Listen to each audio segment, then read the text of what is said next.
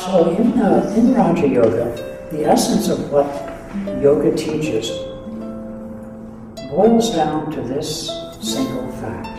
The yogis discovered and offered to humanity the science of breath because they discovered that the mind, including the higher mind, what you might call Atman or soul, but in any case, the linkage between the mind, consciousness, and our physical body and our inhabiting of it and our identification with it, what we would call here in our culture the ego and personality, our present reality, the linkage there is the breath. And the yogis studied the flow of breath, all sorts of off-the-wall things that are some of which are easily demonstrated. If you're angry, upset, or passionate, or whatever, any intense emotion, here you'll find the breath moving strongly at the base of the nasal passages.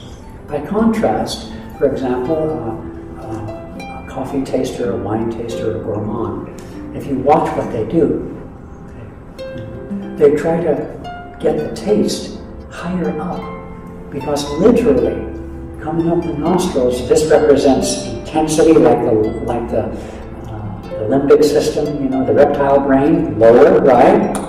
Get the connection even anatomically, and then as you go higher up, the consciousness, you begin to wake up.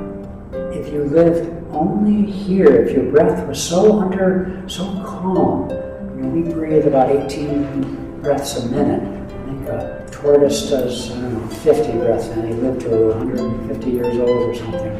And so when we're excitable, that's when we spill our coffee, that's when we make mistakes, that's when we're angry, we say things we wished we hadn't. You see, we lose control, we lose perspective. And the process of meditation in Raja Yoga is to still the natural turbulence of the mind, hinged and linked to the senses, reacting to it through the senses, and by extension, through the memory and the restless thoughts from the sense-stored impressions in the subconscious mind, which keeps, hey, think about this, think about that, throws it up from the bottom of the mind, throws it up, oh, gee, I forgot about that, and so we're constantly, if not being pummeled from the external part of the body, literally, and working and driving and so forth, then we're pummeled incessantly from the wellspring of the subconscious, the reservoir of all these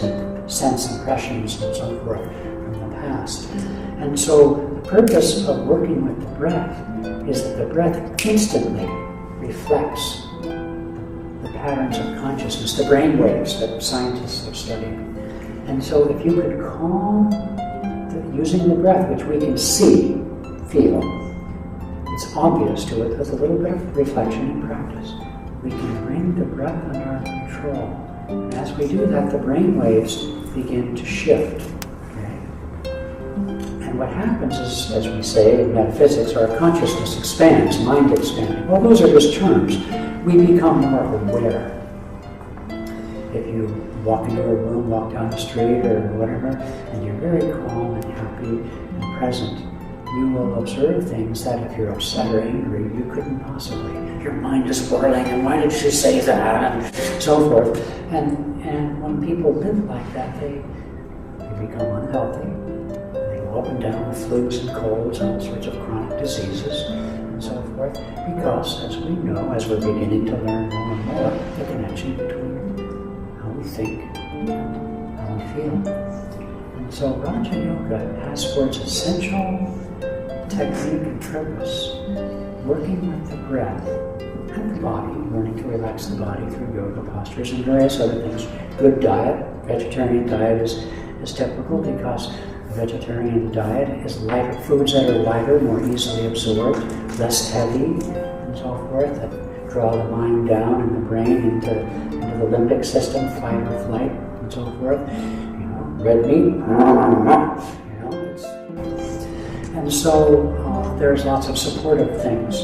But essentially, once the support system of right living and diet and exercise and so forth is in place, when body is healthy and whole, then we can sit, and we can be still, we can learn to concentrate, be clear. And the breath, we work the breath in very specific ways until that mental turbulence begins to, like a fog even, begins to dissipate, and the sun